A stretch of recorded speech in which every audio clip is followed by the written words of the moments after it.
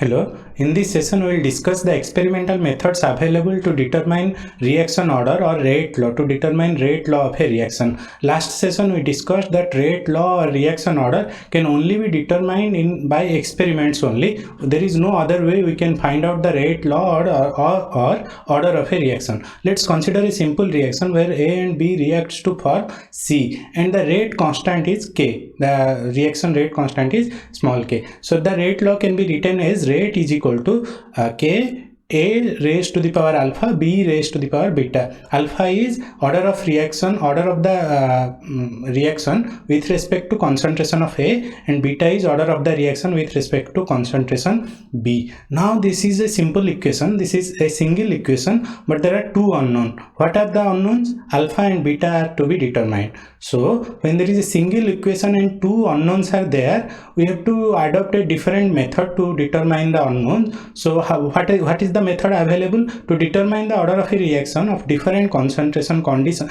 Different concentration conditions are to be used. We will use different concentration conditions to find out the values of alpha and beta. So what are the strategies? We will discuss two strategies. The first strategy is isolation method.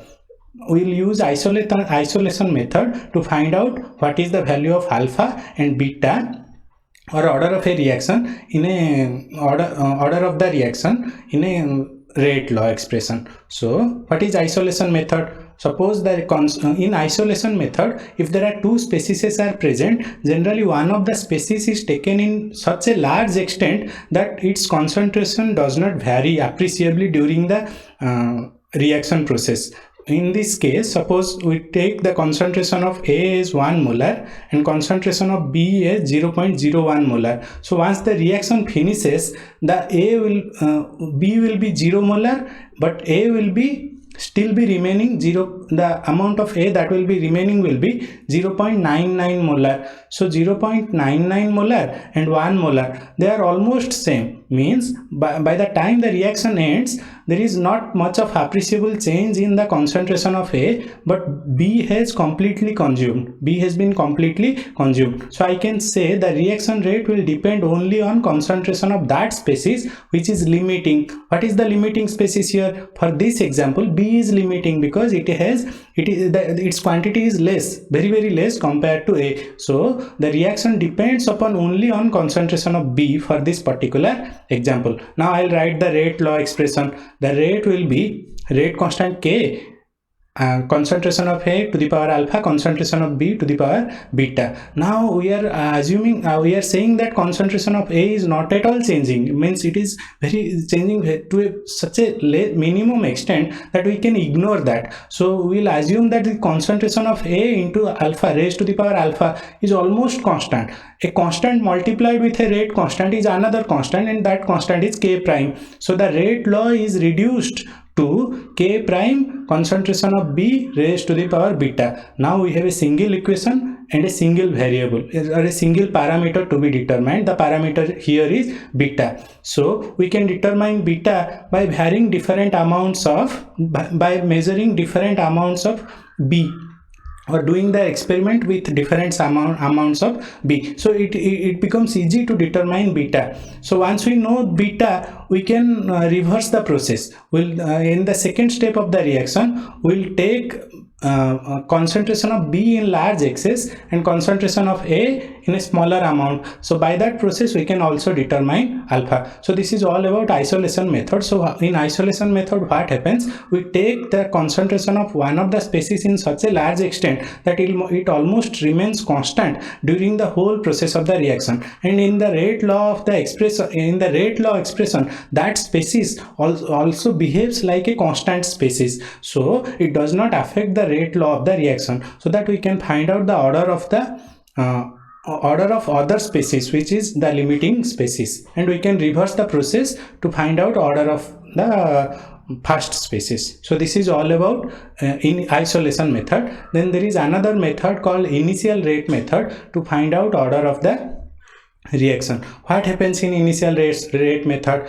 In initial rate method, the concentration of single reactant is changed while holding the concentration of other reactant constant. So we will measure the rate law at two different instances. We'll measure the rate law at two different instances. Let's consider the case here. Suppose at first instance it is R1, the rate law is Ka1 B0 to the power beta. Similarly, in the second instance, it is R2 K A2 B0 to the power beta. In both the instances, we'll keep the concentration of one of the species constant. So what is the constant species here? B is the constant species. In both the instances of reaction rate measurement, the concentration of B is constant, that is B0. So B can be cancelled out from the expression, from the ratio, and we get R1 by R2 is equal to A1 by A2 to the power alpha. If we take logarithm, we can find out alpha value. So in what happens in this initial rate method? In initial rate method, we take the reaction rate, or we measure the reaction rate at two different instances, but we keep the concentration of any one species constant, so that it becomes easier to find out the order of the reaction with respect to the other species. We'll take an example.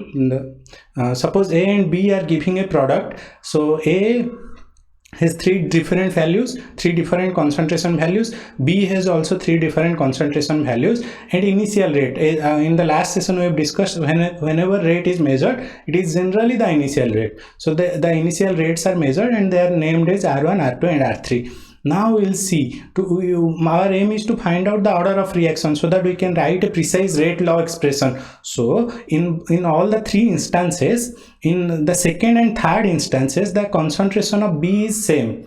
So we'll take the second and third instance at the ratio of R2 over R3 to find out the order dependence with respect to A. What is order dependence with respect to A? The order dependence is alpha. So I can write ln R2 over R3 is equal to alpha ln A2 over A3. This B term will cancel out as per this expression. B will be cancelled out because the concentration of B is same for both the second and third instances of rate law measurement or reaction rate measurement. So once I know alpha, if I do the mathematics, simple mathematics, I'll get alpha is equal to 2. So I know my alpha value now. There is one more unknown, that is beta. We have to determine both alpha and beta. Now we have determined alpha. Now there is only one determination of beta becomes easier, because now there is only one equation and only one unknown. So we can take any two ratio, be it R1 or R2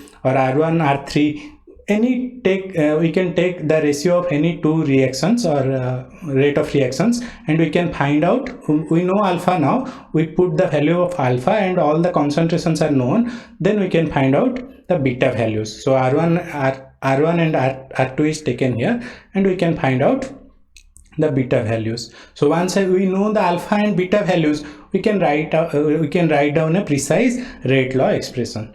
Now, how these rates are measured experimentally, how these reaction rates are measured, or any the reaction rates of any chemical reaction is measured. Basically, there are two methods. One is chemical method and the other one is physical method. In physical method, there are number of options available. We can follow spectroscopic technique. In spectroscopic technique, we can follow UV technique, UV visible spectroscopy, IR or Raman scattering method. Then NMR spectroscopy, fluorescence spectroscopy is also used in some instances. Then in stop flow technique is there, flash photolysis technique is there, perturbation relaxation method is there. We'll briefly discuss what are these methods. Then nowadays some theoretical methods are also available to find out the order and rate law expression of a reaction, but theoretical methods are not as reliable as physical methods. Out of all the three methods, physical methods are the best methods to study the order of a reaction, or find out the rate law expression of a reaction. Now which method to follow, whether to follow chemical method, to follow physical method, or to follow a theoretical method to find out the rate law expression or order of a reaction, it depends upon the type of reaction. What is the type of reaction that I am dealing with, and what is the time scale of the reaction, whether my reaction is going at a faster rate or whether my reaction is going at a slower rate, and what type of reaction I am dealing with. These two factors determine which kind of experiment I will follow. If it is a slow kind of reaction, I will follow a chemical method of rate determination. If it is much faster kind of reaction, I will follow a flash photolysis kind of method. So we'll briefly discuss all those methods. What happens in a chemical method?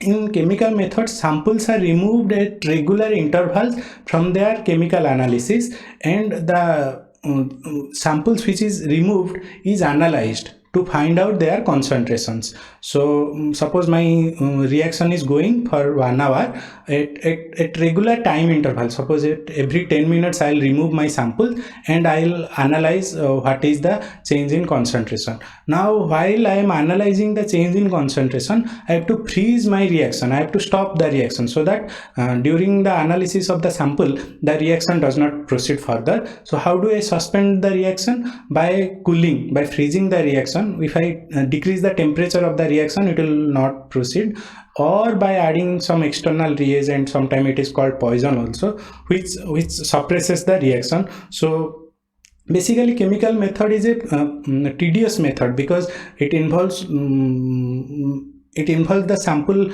extraction at regular intervals. We have to extract the sample, analyze it, then while analyzing the sample we have to suspend the reaction. So chemical method is cumbersome to use, and this method is applicable only to slow time scale reaction, means reaction that are not considerably fast. Reactions that are relatively slow, for those reactions only we can use chemical methods.